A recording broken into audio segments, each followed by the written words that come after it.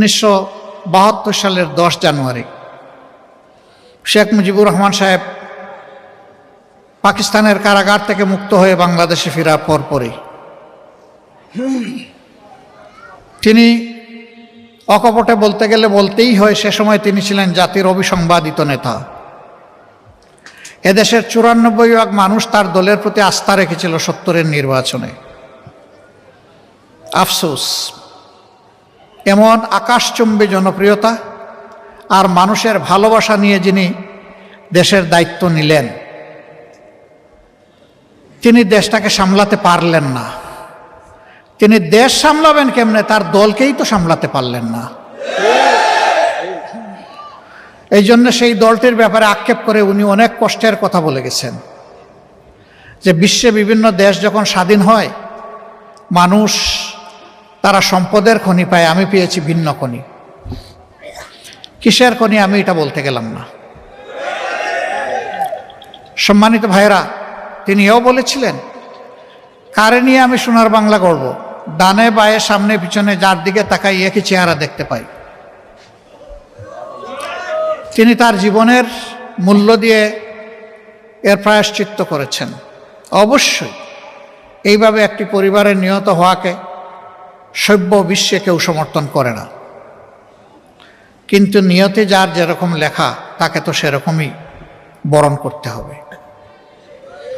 এটাও তো ঠিক যে স্বাধীন বাংলাদেশে তাদের শাসনামলে 36,000 মানুষকে বিনা বিচারে হত্যা করা হয়েছিল, যার মধ্যে 10,000 ছিল মুক্তিযোদ্ধা, যারা কিনা দেশ শাসন করেছিল বুক চিতিয়ে লড়াই করে। তাদেরকেই মরতে হলো রক্ষী বাহিনীর হাতে। রক্ষী বাহিনীর চাবকের তো নিচে থেকে অনেকে ফিরে আসেনি, কেউ সৌভাগ্যক্রমে ফিরে এসেছে। ফিরে আসা এক দুর্বল মানুষ আমিও। আল্লাহ তাআলা কি জন্য আমাকে সেদিন বাঁচিয়ে রেখেছেন আল্লাহই ভালো জানেন।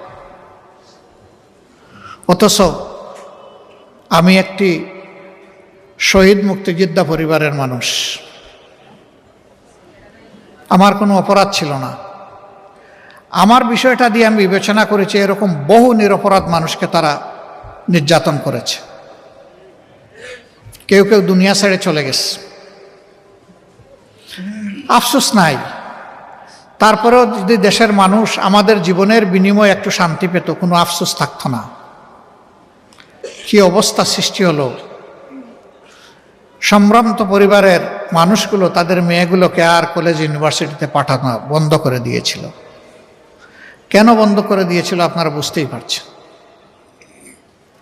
মানুষের জীবনের কোনো নিরাপত্তা ছিল না, সম্পদের কোনো নিরাপত্তা ছিল না, বাইরেও ছিল না, ঘরেও ছিল না। অথচ 70-এর নির্বাচনের সময় আমরাই বলেছি মানুষকে, ভোট দেন নৌকায়, আপনি দরজা খুলে রাতে ঘুমাতে পারবেন। হ্যাঁ, ঠিকই মানুষ দরজা খুলে ঘুমাইছে, কিন্তু সেই দরজাটা নিজে খুলে নাই, চোর ডাকাত এসে খুলে দিয়েছে। এরপরে কি হলো বুঝলাম, তারা সব ভালো কাজ করতে পারলেন না। দফায় দফায় ক্ষমতার পালাবদল হলো। দেশের চেহারার একেবারে উন্নতি হয় নাই এটা আমি বলবো না, হয়েছে। তবে যুগের যে পরিমাণ চাহিদা ছিল আর যে পরিমাণ সম্ভাবনা ছিল তার তুলনায় কিছুই হয়। এখানে বসা অবস্থায় আপনারা কোনো গন্ধ পাচ্ছেন কিনা? আমি কিন্তু একটু গন্ধ পেয়েছি। এটা একটা সভ্য জনপদ, এটা আমার গর্বিত দেশের রাজধানী। দুনিয়ার বিভিন্ন দেশে যাওয়ার সুযোগ হয়েছে। সেখানে নগরে শহরে এরকম চলমান প্রবাহমান বহু চ্যানেল আছে, ঝর্ণা আছে, নদী আছে, খাল আছে, ড্রেন আছে, কিন্তু আপনি ড্রেইনের পানিও হাতে নিয়ে দেখবেন যে মার্বেলের মতো চকচক করছে। কেন? তারাও মানুষ, আমরাও মানুষ। আমরা কেন দুর্গন্ধের সঙ্গী হব? আমরা কেন পলিউটেড ওয়াটার স্ট্রিমের সঙ্গী হয়ে দুকে দুকে মরব? হাজার রোগ কেন আমাদের দেশে এই কারণে বাসা বাঁধবে?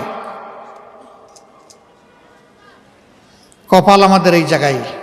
আমি বলেছিলাম আমাদের আল্লাহ অনেক সম্পদ দিয়েছেন, সব জায়গায় বলি একটা সম্পদের অভাবের কারণে আমরা পারলাম না আমাদের দেশটাকে বাগানের মতো করে সাজাতে। সেই সম্পদ হচ্ছে চরিত্রের সম্পদ। ক্ষমতায় যাওয়ার আগে অনেক রাজনীতিবিদ বলে থাকেন আমি রাজনীতিকে ইবাদত মনে করি, আমি রাজনীতি করি মানব সেবার জন্য, সেবা আমার ধর্ম। হ্যাঁ, উনি মানব সেবা করেন ঠিকই, শুধু নিজের সেবাটা করেন। তিনিও তো একজন মানব, সেই অর্থে তিনি মানব সেবা করেন।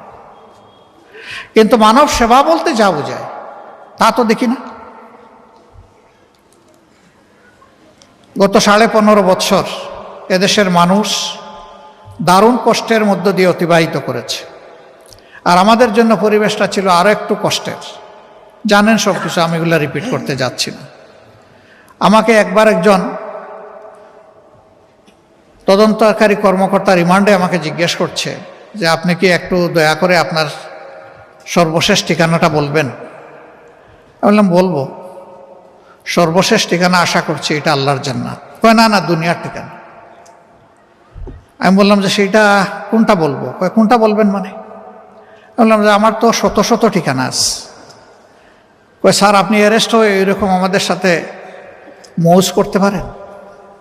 বললাম মোটেই আমি মৌজ করছি না। কয় তাইলে কীভাবে বললেন যে শত শত ঠিকানা আছে? আপনি এত ধনী? বলে আপনি কল্পনা করতে পারবেন না আমি তার চেয়ে আল্লাহর মেহেরবানি বেশি ধনী। কয় একটু বুঝিয়ে বলবেন? আমি বললাম অবশ্যই। এই যে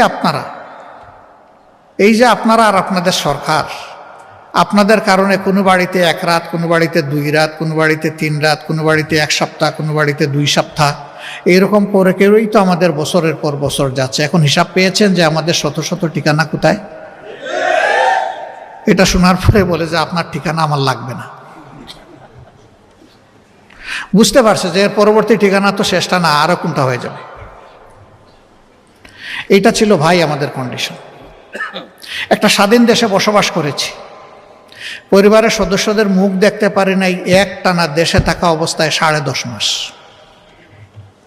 অবশ্য যখন জেলে যেতাম তখন মাসে একবার দেখার সুযোগ পেতাম, তারা আসতো আমাকে দেখতে। কিন্তু জেলের বাইরে যখন থাকতাম এটা হতো না। এখন বলবেন এটা তো আপনার উপর দিয়ে গেছে, তাতে দেশবাসীর কি? না, আমার উপর দিয়ে যায় না, এই কোটি কোটি মানুষের উপর দিয়ে একই অবস্থা গিয়েছে। আমি একা মজলুম ছিলাম না, বলতে গেলে গোটা দেশবাসী, গোটা সমাজই মজলুম ছিল। তারা আমাদের সবগুলো অধিকার একে একে কেড়ে নিয়েছিলেন। বাঁচার অধিকার, খাওয়ার অধিকার, কর্মসংস্থানের অধিকার, আমাদের ভোটের অধিকার, আমাদের মানব অধিকার, আমাদের নাগরিক অধিকার সবই তাদের জিম্মায় চলে গেছিল। তাদের অবস্থাটা ছিল তারা দেশের মালিক আর আমরা ভাড়াটিয়া। ভাড়াটিয়ারও ভাই একটা মর্যাদা থাকে, তাও মনে হয় আমাদেরকে ওভাবে চিন্তা করতো না দেশবাসীকে। এবং কোথায় কোথায় তারা হুমকি দামকি দিতেন, কোথায় কোথায় মানুষ খুন করতেন, কোথায় কোথায় বিচারের নামে মানুষকে ফাঁসিতে ঝুলাতেন। তাদের অবস্থাটা এমন হয়ে গিয়েছিল। কোনো এক কালের দুর্দর্শ একজন শাসক, সে যখন দেখলো যে ওই দেশের মানুষ কিছুটা নবীর রসুলের দিকে ঝুঁকে যাচ্ছে, তখন তাদেরকে এনে শাসালো। শাসায় বলল, আমাকে তোমরা তোমাদের রব প্রতিপালক স্বীকার করো না? বলে হ্যাঁ করি তো। কয় শুধু প্রতিপালক স্বীকার করো না, সবচেয়ে বড় আনা রাব্বুকুমুল আলা, আমাকে সবচেয়ে বড় রব মানো কিনা? এরা ভয়ে অনেকেই বলেছে, যদিও তাদের ইমান এটা সাক্ষ্য দেয়নি, ভিতরে অন্য কিছু ছিল, যে হ্যাঁ আপনি আমাদের সবচেয়ে বড় রব। সেই সবচেয়ে বড় রব মাত্র 2টা মানুষকে তাড়া করতে গিয়ে 2 লক্ষ সৈন্যের বাহিনী, সুসজ্জিত বাহিনী, এবং স্বয়ং কমান্ডার ইন চিফ সেই রাজ্যের শাসক, শেষ পর্যন্ত আল্লাহ তাআলা বনি ইসরায়েলকে পার করে নিয়ে গেলেন, সমুদ্র ফাঁক করে 2 ভাগ করে শুকনা রাস্তা দিয়ে হাঁটাইয়া নিলেন। আর তারাও ওটা নিজেদের জন্য শুকনা রাস্তা মনে করে এদেরকে ধাওয়া করল। 2 দিক থেকে পানির দেয়াল এসে মিশে গেল, তারা নিশ্চিহ্ন হয়ে গেল। পানিতে গলে মানুষ শেষ হয়ে যায়, কোনো অস্তিত্ব পাওয়া যায় না। কিন্তু আল্লাহ তাআলার কি অপূর্ব খেলা, সেই পানিতেই ফেরাউনকে আল্লাহ শুটকি বানাইয়া দিলেন। এখন ফেরাউনের শুটকি বা মমি এখন মিশরের মিউজিয়ামে আছে। মানুষ যায় দেখে, আর স্বৈরাচারী শাসকদের অতীত কি সেটা স্মরণ করে। কিন্তু ইতিহাসের বড় শিক্ষা হচ্ছে যে মানুষ ইতিহাস থেকে শিক্ষা নেয় না। যদি নিত তাইলে স্বৈরাচারীপনার দিকে মানুষ হাঁটত না। তারা হেঁটেছেন, তারা তিনটা নির্বাচন নিজেরা করেছেন তাদের মতো করে। প্রথমটা জনগণ যায়নি, বহু সেন্টারে মানুষ একজনও যায়নি, সেখানে বিড়াল ঘুমাচ্ছিল শান্তিতে, কুকুর ঘুমাচ্ছিল শান্তিতে। সেগুলা মিডিয়ার বন্ধুরা তুলে এনেছিলেন তারা তাদের শৈল্পিক হাত দিয়ে। দ্বিতীয় নির্বাচনটা তারা এতটাই আস্থা হারায় ফেললেন যে নির্বাচনের দিন পর্যন্ত ধৈর্য ধরতে পারলেন না। 18 সালে আমাকে এখানে জোটের পক্ষ থেকে ক্যান্ডিডেট করা হয়েছিল। আমি এক মুহূর্তের জন্য এইভাবে আপনাদের সামনে এসে দাঁড়াতে পারিনি, আপনাদের মুখ দেখতে পারিনি। এই পরিস্থিতি এমনভাবে সৃষ্টি করে রাখা হয়েছিল, সারা বাংলাদেশে 64 জন ক্যান্ডিডেটকে কারাগারে নিক্ষেপ করা হয়েছিল। 113 জনকে তাদের বাড়িতে গৃহবন্দী করা হয়েছিল, ঘর থেকে বের হতে দেওয়া হয়। সেই রকম করে নির্বাচন, তারপরেও নির্বাচনের দিন পর্যন্ত তারা ধৈর্য ধরেন নাই, রাতের বেলায় সাবাড় করে দিয়েছেন সব। বিবিসির একজন সাংবাদিক আমাকে প্রশ্ন করলেন, আগামীকালের নির্বাচনকে আপনি কিভাবে দেখছেন? আমি বললাম, আগামীকালকে নির্বাচন কোথায় ভাই? কেন, কালকে নির্বাচন হবে না? বললাম, না, নির্বাচন তো কালকে হবে না, আজকে রাতেই তো হচ্ছে নির্বাচন। বলেন কি আপনি? ভাই আপনি সাংবাদিক, আপনার কাছ থেকে না আমি জানবো যে আজকের রাতের নির্বাচনটা কেমন হচ্ছে? আপনি দেখি আমারে জানতে চান? ওই যে এটা কি বলেন? আমি বললাম যে ভাই আমারে যারা প্রশ্ন করেছেন প্লিজ আপনি যান। মণিপুর মণিকানন 2 স্কুল সে ভিজিট করে গিয়ে বলল ইউ আর কারেক্ট। নির্বাচন তো বিপুল উৎসাহ উদ্দীপনায় রাতের বেলা হচ্ছে একতরফা। এই নির্বাচনকে জনগণ মিডনাইট ইলেকশন নাম দিয়েছিল। জাপানের কূটনীতিবিদরা কখনো মুখ খুলে না অন্য দেশের রাজনীতির ব্যাপারে।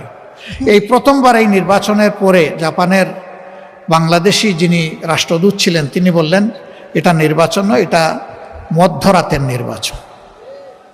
ইন্টারন্যাশনাল কমিউনিটিও এটাকে সেইভাবে নিয়েছিল। আর 24 সালে নির্বাচন করার জন্য প্রার্থী পাওয়া যাচ্ছে না, কে কম্পিটিশন করবে? সেখানে আমি আর ডামি এই মিলিয়ে তারা নির্বাচন করেছেন। এখানে যাদের বয়স 35-36-এর নিচে তারা একটু হাত তুলেন তো দেখি। মাশাআল্লাহ, a good number of people. আপনারা জীবনে হাত নামান ভাই, কষ্ট করছেন। আপনারা জীবনে একটা ভোটও দিতে পারেন নাই। আপনারা কি তাদেরকে আপনাদের অধিকার কেড়ে নেওয়ার অধিকার দিয়েছিলেন? দেন নাই। সেই 3 নির্বাচনে আপনারা শুধু ভোট দিতে পারেন নাই না, আমরাও ভোট দিতে পারি নাই। আমি তো আমার ভোট হতে পারি না।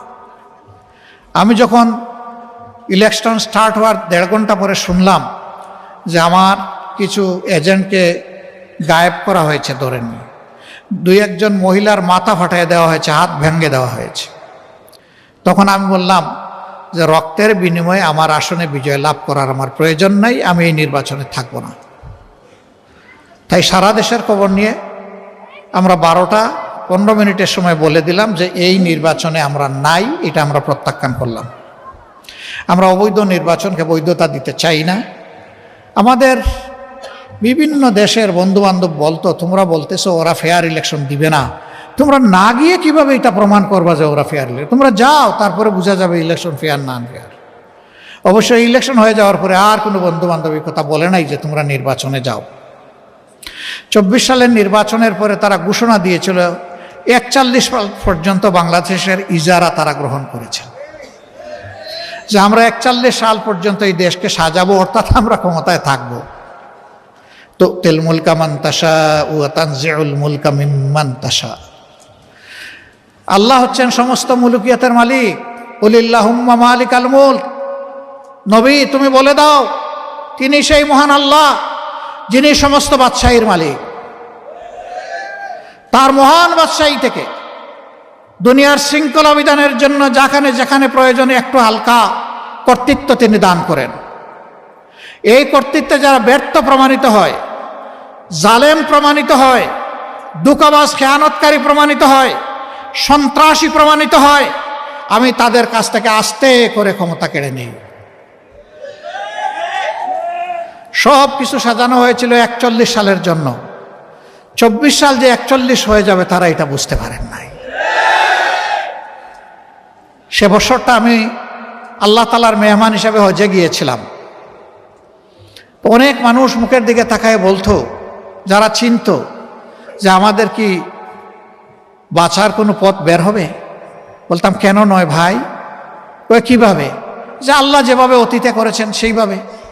ওই যে কোনো আলো দেখি না তো, এটা কারে দিয়ে হবে? তাই আমি বলতাম যে কেন, সকল যুগেই পরিবর্তন এসেছে, যুবকদের হাত ধরে তাদের গাড়ে ভর করে। বাংলাদেশেও পরিবর্তন আসবে যুবকদের হাত ধরে।